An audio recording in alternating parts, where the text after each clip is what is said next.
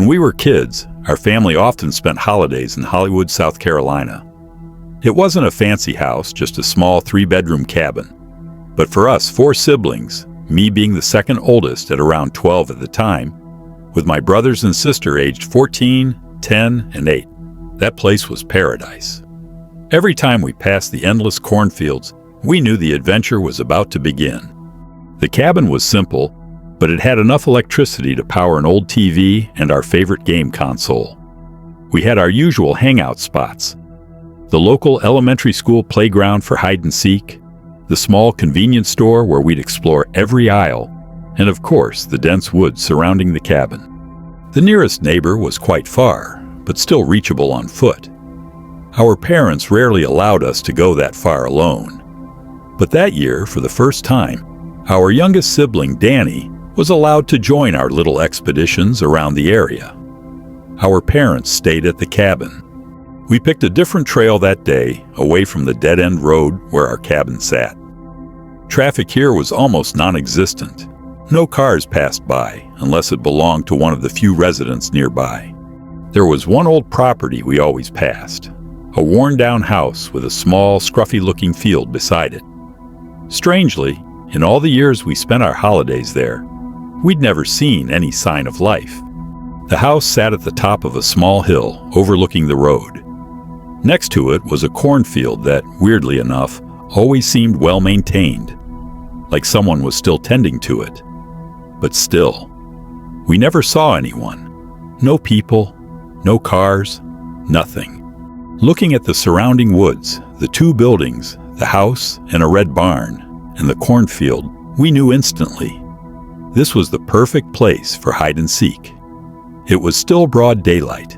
We decided our oldest brother, Reno, would be the first seeker, and then we'd take turns from oldest to youngest. The rest of us scattered to find hiding spots. I chose to hide inside the cornfield where the stalks were starting to dry out.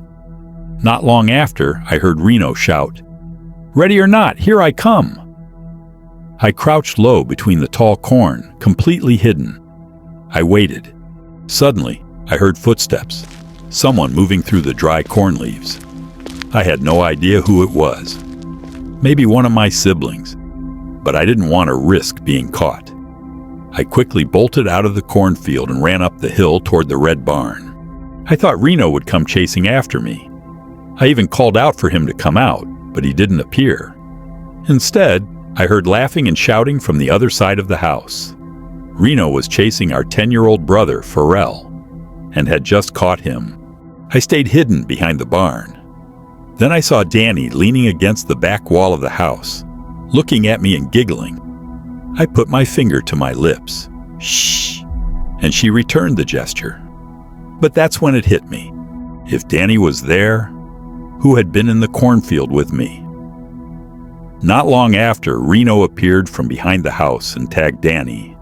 Then he spotted me standing on the hill and started running. He was bigger and faster, so it didn't take long for him to catch me. We all regrouped at the bottom of the hill near the road. Now it was my turn to be the seeker. But right away I asked, "Hey, did anyone else go into the cornfield just now?" Everyone said no. A cold fear crept over me. I told them I'd heard someone walking through the cornfield. Maybe it was the owner of the house, and that we should leave. We all ran back to the cabin, where our parents were still watching a movie. That night we had dinner at our favorite local pizza place. I remember my dad casually mentioning that nobody lived in that old house where we'd been playing. Later that night, when it was completely dark, we agreed to play hide and seek again, this time with flashlights. Mom didn't let Danny come outside at night, so it was just the 3 of us. Reno, being 14, was considered responsible enough to watch over us. We returned to the old property. By now it was almost pitch dark. It was my turn to be the seeker. I turned around and counted to 60, then yelled, "Here I come!" As part of my strategy, I didn't turn on my flashlight right away. Didn't want to give away my position. My eyes had adjusted enough to the dark to see where I was going. I climbed the hill, circled the house and barn. No one was there. I turned on my flashlight and scanned the trees. Still nothing. I switched it off again. I figured the most likely hiding spot was the cornfield. It made sense. I walked down to the edge of the field, then slowly stepped inside, trying not to make a sound. Not easy with all the dry leaves crunching underfoot. The deeper I went, the more I realized how creepy it felt in there at night. As I crept through the rows, I heard footsteps. Someone was in there. I moved closer. Then when the sound was right next to me, I switched on my flashlight and yelled, "Got you!" But what I saw was someone's back, running away from me. "What? Who is that?" I yelled. Then I heard laughter. But it wasn't one of my siblings. Not kid laughter. This was the crazed, unhinged laughter of an adult man. I froze, my hands shaking as I swung the flashlight around, looking for him. Then I heard a man's voice, low and close, saying, "Can I play too?" And then I saw his face, half hidden among the stalks, but from what I could see, it looked wrong, deformed. I couldn't tell if it was a mask or something worse. I ran, full speed, screaming for my siblings. "Run! Game's over! Run!" I heard them yelling back from their hiding spots. I saw their flashlight beams flicker as they ran down the hill. I turned my own flashlight on and sprinted after them. We didn't stop until we reached the cabin. Out of breath, I told them, there was a strange man with a terrifying face hiding in the cornfield. Maybe he was the same one I heard during the day. I'll never forget the look on their faces when I said that. When I told our parents, they seemed confused. Dad wasn't sure how to react. Mom, though, was clear. We weren't allowed to leave the property after dark anymore. And honestly, I didn't want to. That night, I barely slept. I kept thinking, what if that man was now standing outside our window, hidden in the dark? I know this story scared everyone, and they all knew I had no reason to make it up. After that, we never went back to that old property by the road. Thankfully, it was a fair distance from our cabin. A few years later, our family sold the place, and even now, I still remember his face.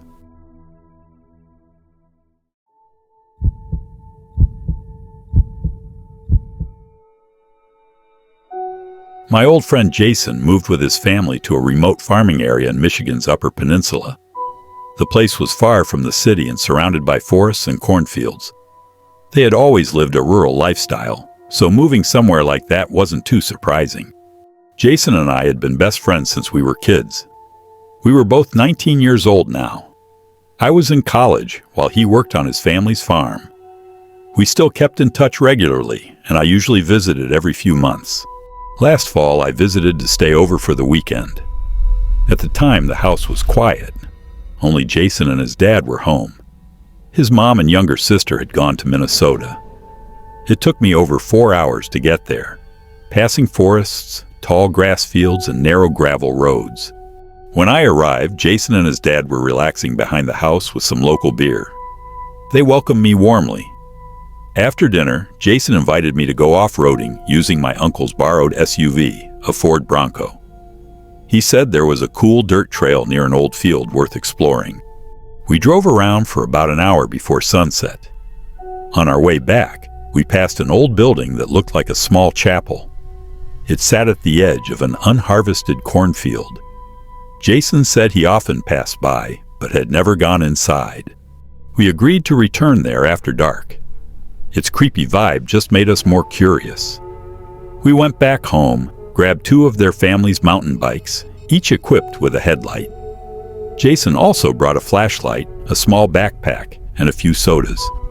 We left around 9 p.m. By the time we arrived, it was pitch dark. We hid the bikes in the bushes by the field. The grass around the building was tall and wild, like no one had touched it in years. We peeked through a broken window. It was too dark to see clearly, so I turned on the flashlight. What we saw made us go silent. On one of the wooden pews inside, there was a hunched figure sitting with its back to us, completely still. Jason said it must be a mannequin, but I felt it was a real person. We joked about it and made a bet. Whoever was wrong had to pay for dinner the next day. We tried the front door, but it was barred and chained from the outside. Jason tried shaking it, but it was completely locked. We were about to give up when we decided to check the other side. We slowly walked to the side of the building and peeked in through a window with a clearer view. But the pew was empty. The figure was gone. I told Jason I won the bet, but a sense of unease began to creep in. Jason whispered, "If that wasn't a mannequin, where did it go?" I shined my flashlight around the room, and that's when we saw it. The figure was standing in the far left corner of the window, staring straight at us. Its face was unclear, like it was wearing a broken mask. Its posture was stiff and unnatural. We backed away and ran, crashing through the tall grass, panicking, trying to find our bikes without using the flashlight. But we lost our sense of direction. Then we heard a door slam inside the building, followed by fast footsteps among the cornstalks. We crouched down among the plants, silent, only hearing our breathing. Then the footsteps came closer. Really close. I whispered, "Run!" And we sprinted through the cornfield, branches and leaves slapping our faces and arms. We finally reached an open road. The footsteps were gone. Jason immediately called his dad. He picked us up in his truck shortly after. He didn't ask many questions. He just said we'd go back in the morning to get the bikes. The next morning we returned with Jason's dad, this time with a rifle and their dog. We found the bikes tangled in the bushes. But before we left, Jason stopped and pointed to the chapel window. Someone was standing behind the glass, not moving. As we stared back, the figure slowly stepped away. Its movement was strange, like it wasn't fully human. Jason's dad immediately said, "Get in the truck, now." We were silent on the drive home. No one said a word. That afternoon, Jason's dad called the town office to report a possible squatter in the abandoned building. But I knew, whatever it wasn't just a drifter looking for shelter. And to this day, I still wonder, who did we see that night? Or what?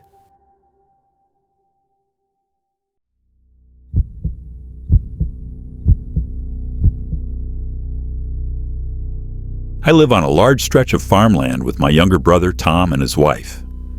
During harvest season, we work side by side, but in the off-season, they often travel, leaving me alone in a house that feels bigger by the day. My fiancée passed away a few years ago, and since then, it's like my heart has been locked away. The loneliness is heavy, especially during the quiet seasons. One night in early October, just before our final harvest, Tom and his wife were out of town. As I expected, strange things tend to happen when I'm alone on the property. That night started off normal. I left the downstairs windows open to let in the cool, fresh autumn air. Suddenly, a piercing scream shattered the silence. A woman's scream. I couldn't tell if it was a teenage girl or an adult woman, but the pitch was so high it seemed to tear through the night air. I jumped from my chair, rushed to the bedroom, opened the gun cabinet, and grabbed my rifle. The moment I stepped outside, I was met with a cold, gusty wind. I stood on the front porch for a few seconds waiting, and then the scream rang out again, exactly the same. This time, it clearly came from the cornfield on the eastern side of our property. I fired a warning shot into the air. I had no idea what was going on. Maybe someone was in trouble, or maybe it was just a group of kids trying to scare the locals. But after the shot, I heard a woman's voice cry out, "Help me!" Then silence. Only the wind through the cornstalks. I shouted, "Who's out there? Where are you?" No answer. I quickly turned on all the exterior lights.